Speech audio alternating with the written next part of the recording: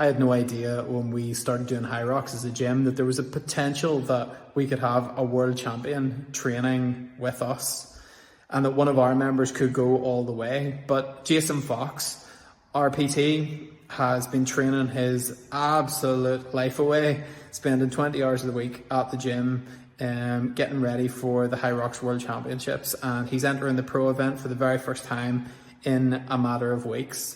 I caught up with him this week and we had a great chat about what it's meant to him, why he's chosen this training style, and what the next few weeks could look at. It's a fantastic listen, so spend a couple of minutes and just listen to Jason. It's not often that somebody local becomes world champion, and I know he hasn't done it yet, but going by his training regime and the times that he's posting, he could do it. Let's have a listen to what. So it's a fitness race. I believe it started out in Germany, got really popular in the last year or two. A lot of gyms locally do it, and you have 8 stations and 8 runs, 8 1K runs, and you do 8 stations in between. It lasts anywhere, if you're really good, an hour. or 90 minutes, which is like the average time. Goal in HYROX is sub 70 minutes, and really initially when I started doing some of the workouts, I was realizing, hell, I can do a K in like 3 minutes, I can do the ski in 3:26. I was like, but can I put all this together and get a decent time at the end? And then it's coming up with a plan for that there, and it's took basically from January to now, September, to be able to build myself up. Now we're approaching 20-hour training weeks. So initially I was going to do the Madrid event, but I decided Dublin was always the aim. And I don't know if you remember in our messages, I was hoping that we were always looking if Dublin was on. And then I booked Madrid, and then Dublin announced 2 weeks later, bought my Dublin ticket. And now I was like, oh, I don't want to do Madrid anymore. So put that aside, and I'm going to transfer that ticket to Barcelona in April. Both are pro events, so I'm not doing the open, I'm doing the pro as my first HYROX event, so you know how hard that's going to be. In terms of like goals for the events, I would like to be somewhere at least on a podium, whether it be in my age group, maybe win. And then definitely in April, with learning the lessons from Dublin, pushing on to Barcelona and maybe getting better time. In terms of times, anything around 65 minutes is where I'm in. Within HYROX itself, probably my weakest event is the lunges, simply because sandbag goes on your back and you're just trying to keep your pace up.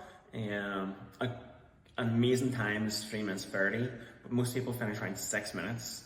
So trying to get that time down after doing everything up until that point, that's probably where then you go run after that.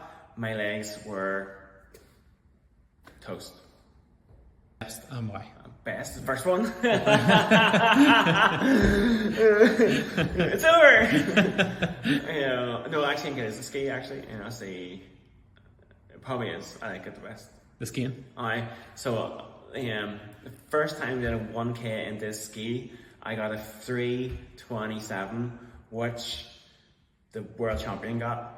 So he did a 1K run and then a 3:27 ski, and I did that, so that's my favorite event.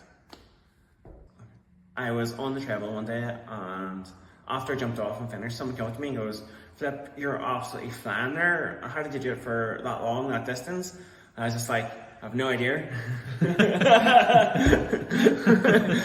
But I did. I was like, oh, okay, yeah, I did it. Because like watching your like clips that you post online, like you're flying. I showed Ali runs, my partner runs, and I showed her you running like flat out on the treadmill, and showed her. She was like, yeah, but he doesn't keep that up. And I was like, oh no, they? No, he does. No, he does. No, I don't understand it. But like he sprints for 400 meters. Yeah, you look at the time, and it's like you're 3 minutes outside of like or 3 seconds outside of Olympic. Olympic speeds. It doesn't make sense to me. It's insane. I know. And you don't. I think from the strength thing sort of led into that there. So I love the strength training. Because initially when I was running for boxing like 10 years ago, I ran outside and did a 3:30 kilometer. So I've done this before. I did a 5:20 mile, So it's not like this was alien to me. When I was doing it, I just didn't think I could do it again all these years later, when the boxing ended and this started. So when I started running again, I ran on the trail, I guess 6 minute mile. I was like, that was fast. I was like, I thought there's something there then. It definitely seems like I can do better in HYROX than I can do in boxing, just because there's a better opportunity in HYROX itself, because you turn up to the race and you race. In boxing, there's a lot more politics to it, who you fight, if you're fighting at their venue, who's refereeing, who's the judges. None of that matters here. You just go, you race, and whoever's best wins. The first thing when I start out doing HYROX, you're obviously trying to figure out, what can I do this? So you do a lot of HYROX, and that's okay. But when it actually comes to actually doing it, you need to do a lot more running than you think.